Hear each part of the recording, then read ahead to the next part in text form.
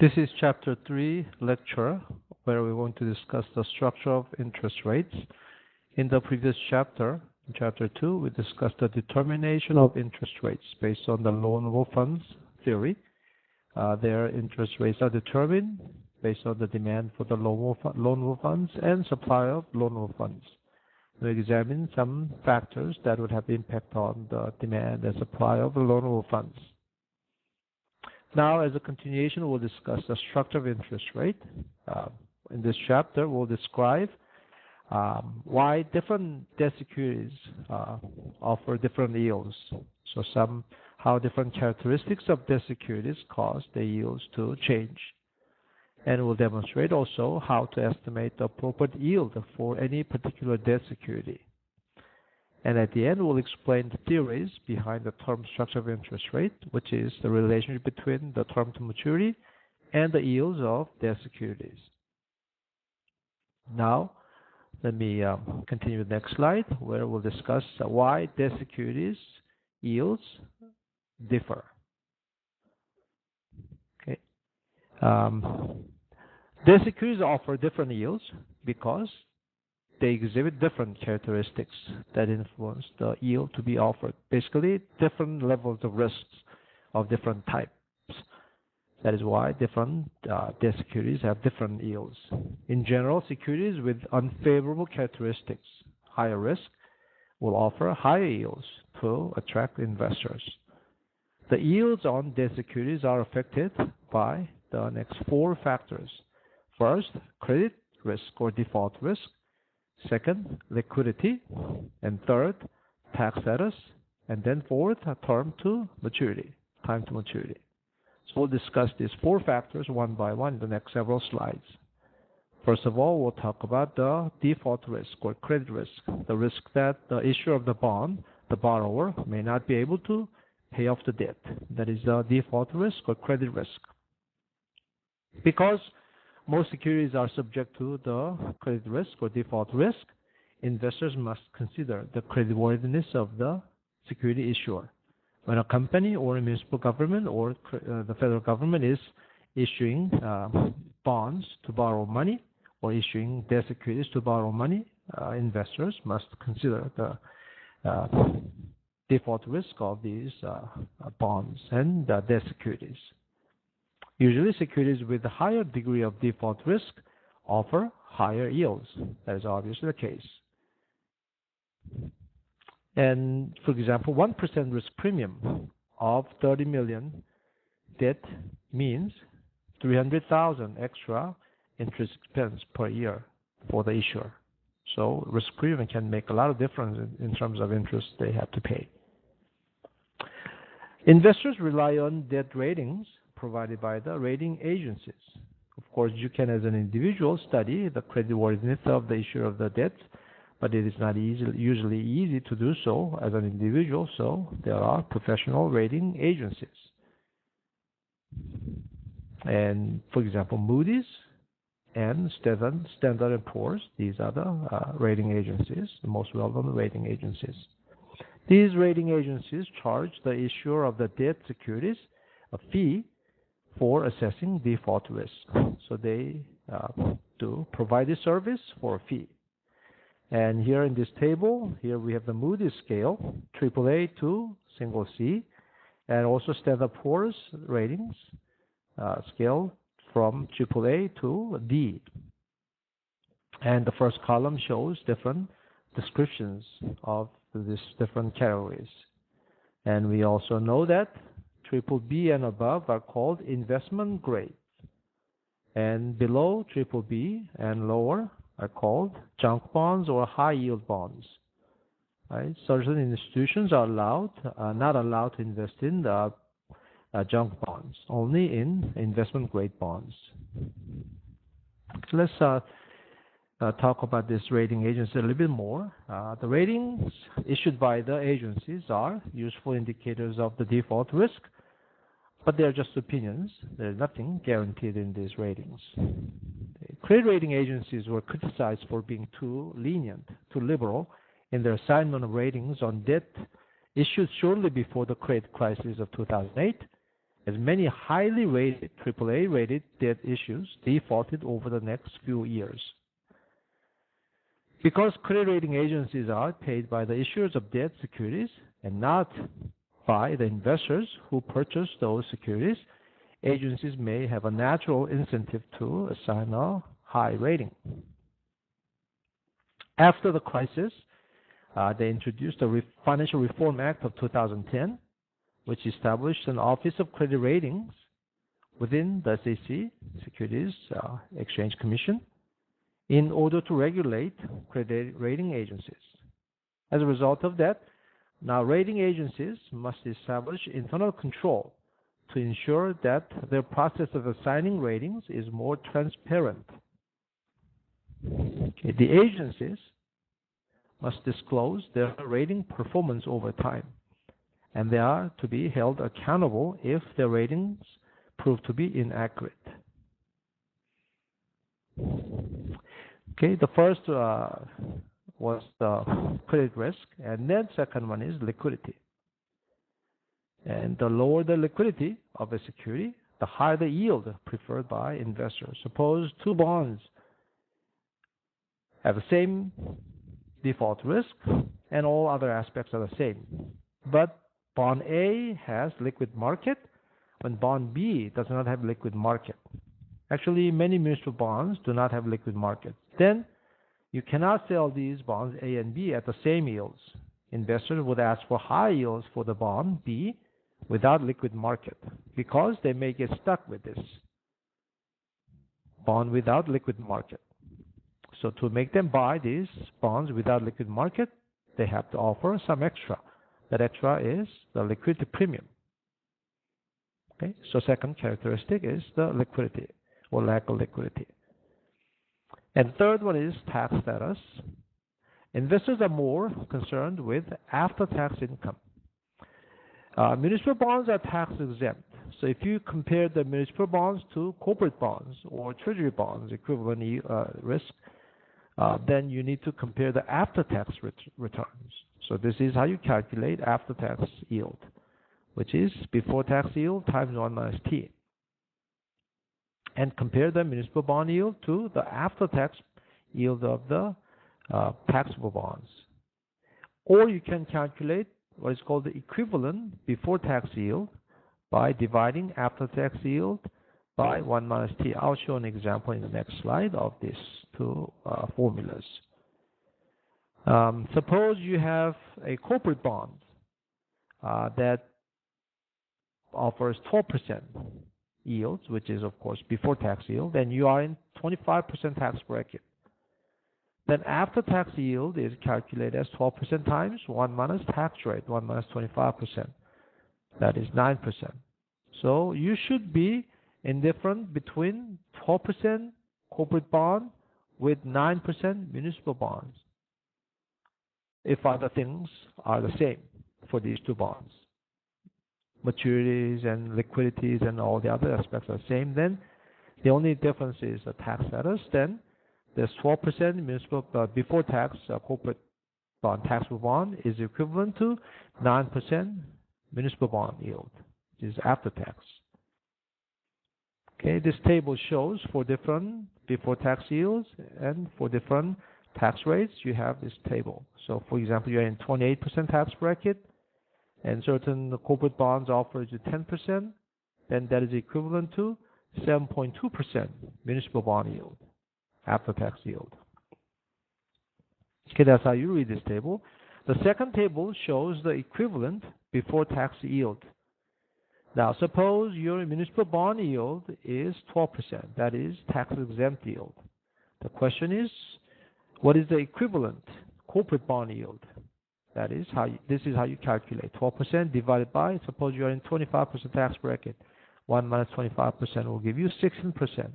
So that is equivalent taxable bond yield or before tax yield. Right? So 12% municipal bond yield is equivalent to 16% corporate bond yield when you are in 25% tax bracket. And the rest of the table is also created in this manner. Okay, so first one is credit risk, The second is the liquidity risk, and the third is the tax status. Let's go to the next slide to see how municipal bond yields have changed in recent years. Usually, if you take a look at this graph, the long-term average of the muni yield ratio has been 87.6%. That means if the Treasury bond yield is 10%, municipal bond yield was 8.8% about.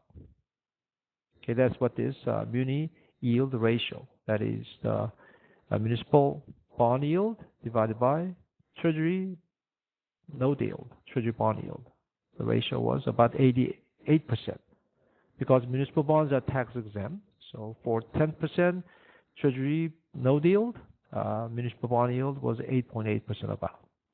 But recently, the ratio has gone up dramatically, 96.4% and 112.5%. That means municipal bond yields are even higher than Treasury bond yields, even though they are tax exempt. That's because of the extra risk involved in municipal bonds. Here, municipal bonds have traditionally had very low risk. So we have this 88% yield ratio. But sharp drops in property valuation resulting from 2008 financial crisis have led to strained state and local finances, potentially leading to municipal defaults. So they could not raise a lot of taxes because property value went down a lot after crisis. And also oil price has gone up, so that added a lot of risk. So municipal bonds interest rate went up a lot. So that is why the ratio went up to 110% about. Okay, so municipal bonds have become much riskier than before. Okay. And the last one we have is the term to maturity, time to maturity. And maturity dates will differ between debt securities. Different debts have different maturities, 10 years, 20 years, 5 years, 1 year, 3 months, 5 days. You can have all different types of maturities. Okay, term structure of interest rate defines the relationship between term to maturity. This is term to maturity, time to maturity, and annualized interest rate. This is an example.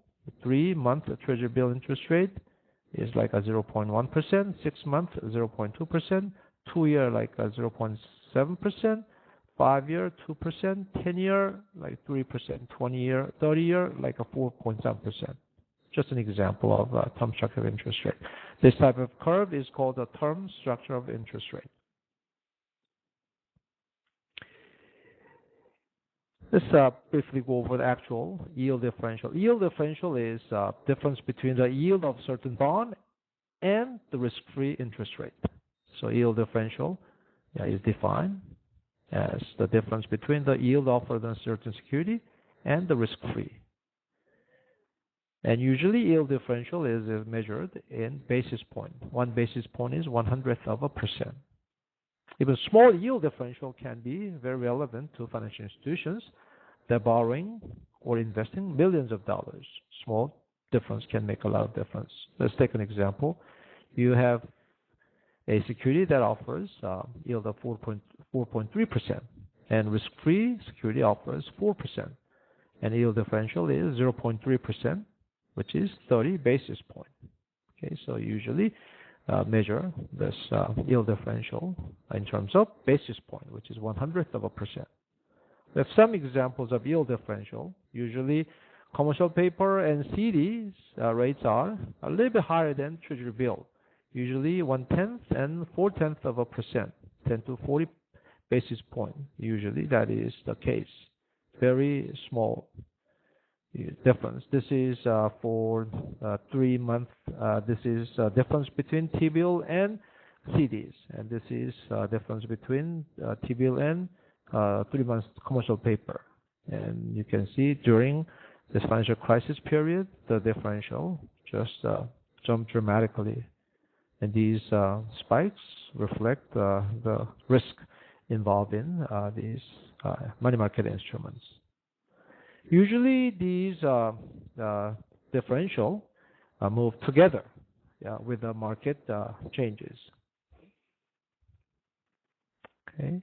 Then we have another graph that shows the yield differential. And this graph shows the TED spread. Here, T stands for Treasury bill, and ED stands for euro dollar. So euro dollar interest rate is measured by LIBOR interest rate. So the difference between LIBOR interest rate and T-bill. LIBOR is higher than T-bill. T-bill is a risk-free. It is regarded as risk-free, issued by the United States government. And the LIBOR interest rate is the interest rate in London interbank offered rate. That is the interest rate among the commercial banks. So there is some risk involved in this. So most of the times, difference between LIBOR interest rate and Treasury bill interest rate difference is TED spread is in the range of 10 to 30 basis, very small, okay, about 30 basis point, maximum of 50 basis point. So you can see most of the times very small. But during this financial crisis, you could see a lot of changes in this. So spread was spiking. You can see most of the times very small difference between Treasury bill interest rate and LIBOR interest rate, but during this financial crisis, we had a big spike. So rising TED spread often precedes a downturn in the U.S. stock market, as it indicates that it is being withdrawn. And also, we have some yield differential on capital market instruments. We have examined some of the money market instruments, short-term debts. Now, for the long-term debts, municipal bonds have the lowest before-tax yield, but their after-tax yields are typically higher than Treasury bonds. Of course, Treasury bonds are the safest. And Treasury bonds have the lowest yield because of the low default risk and high liquidity. And the next graph shows the interest rate for triple B and triple A. You can see triple A is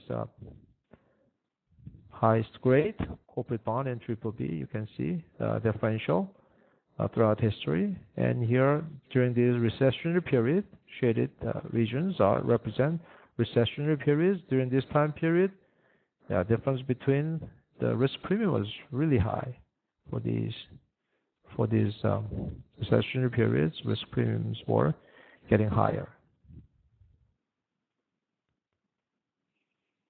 And the next graph shows triple B minus Treasury 10-year bond rate difference. Spread between Moody's triple A corporate yield and 10-year Treasury yield has been about this range, like a 2% range. But during this financial crisis, it went to 6%. So this spread or differential reflect the risk involved in the market. Now we can estimate, we can already explain the yield of a bond in this way as a result. Here, YN is a yield of an end-day debt security. That can be explained as the risk-free yield of the same maturity plus any default risk premium, plus any liquidity premium, plus any tax adjustment you need to make. Let's take an example. Suppose that 3-month Treasury bill annualized yield is 3% is given, and ABC is planning to issue 3 months commercial paper. And now ABC believes that a 1% default risk premium is appropriate because this commercial paper is riskier than Treasury bills in terms of default risk. And in terms of liquidity, it should offer 0.2% liquidity premium. And also, we need to offer 0.3% tax adjustment because CP, commercial paper income, is subject to state tax, but T-bill income is not subject to state tax. As a result, you will have to pay some extra for tax status.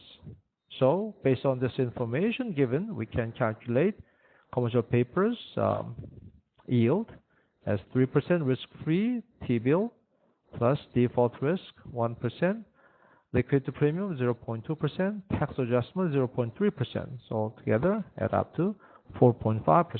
So we can calculate the yield on commercial paper in this manner. Yeah, we'll take a break and we'll continue with the next slide in the next WinBio lecture.